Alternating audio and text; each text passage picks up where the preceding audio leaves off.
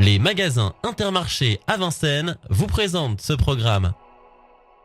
Bonjour à toutes et à tous et bienvenue sur vincennetv.fr. Voilà pour ce nouveau magazine d'histoire. Nous devions de commencer au château de Vincennes. Bienvenue dans Vincennes au bout de l'histoire.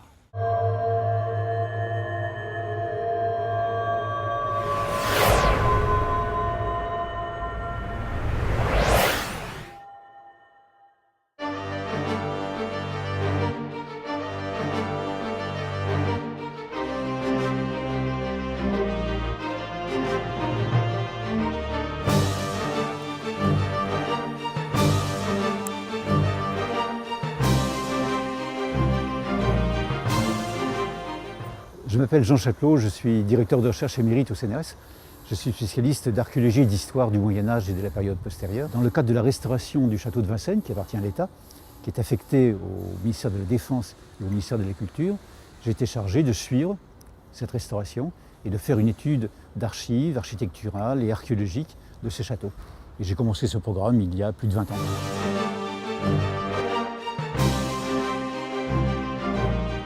Jean, un monument ici en face de nous, une cloche qui a une histoire retentissante dans le monde entier.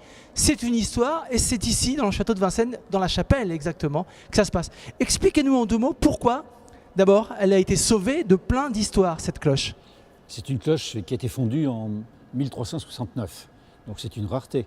Il y a très peu de cloches du Moyen-Âge qui ont survécu en France. À cause, évidemment, des faits qu'elles étaient fondues, pour quelles raisons? Elles ont été fondues pendant les guerres de religion ou les guerres révolutionnaires ou de l'Empire pour faire des canons en bronze. Donc très peu ont survécu. Celle-ci a survécu parce qu'à la Révolution, le château est devenu une prison et une caserne, et que donc il fallait une horloge pour marquer les heures. Jean, on peut expliquer pourquoi cette horloge, ici, dans cette Sainte-Chapelle à Vincennes, a bouleversé l'histoire de l'homme? Parce qu'au départ, les églises avaient des cloches, mais c'était purement religieux, et elle a changé de fonction pour une raison bien particulière. Expliquez-nous pourquoi. Quand les premières cloches ont été installées avec des mécanismes d'horloge au XIVe siècle, je pense que ça a été révolutionnaire, parce que c'était un mécanisme.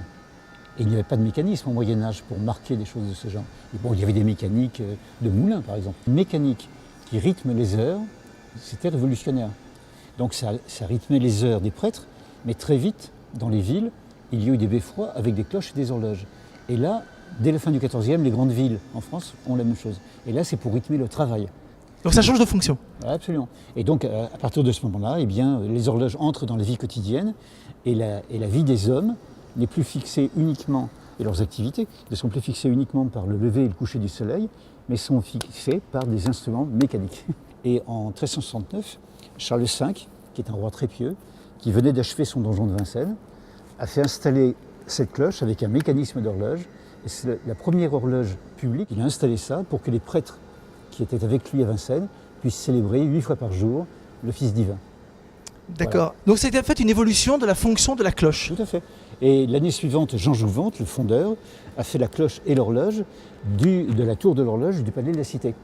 Mais c'est en 70. Celle-ci est plus ancienne d'1 an.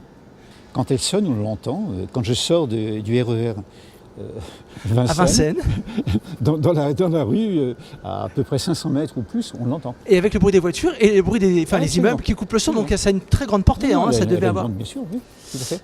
Alors on a pris soin pour ne pas incommoder les riverains de couper les sonneries la nuit. Voilà. Vous voyez, ça c'est les petites histoires qu'on peut vous raconter sur Vincennes, au bout de l'histoire. Mais Jean, merci beaucoup de nous avoir accompagnés. C'est un des objets les plus précieux pour vous, non, archéologue ici à Vincennes? C'est l'objet le plus prestigieux et le plus spectaculaire. Mais ce n'est pas forcément le plus précieux. Il y a des petits objets de rien du tout qu'on a trouvés dans des latrines ou autres qui sont aussi riches d'histoire. Est-ce qu'on ne prendrait pas un rendez-vous pour nous se retrouver dans un autre épisode d'Au bout de l'histoire, Jean? Ce serait avec plaisir. Alors, écoutez, merci beaucoup. On se fixe rendez-vous. Merci pour toutes ces informations. Et je vous dis à bientôt. Merci, Jean. Merci. Voilà, vous avez vu que Vincennes, au bout de l'histoire, c'était la grande histoire ou la petite histoire. Nous ne serons pas que dans des lieux historiques pour ce nouveau magazine. Parfois, nous serons en ville pour parler de votre histoire, à vous aussi. À bientôt sur vincennetv.fr.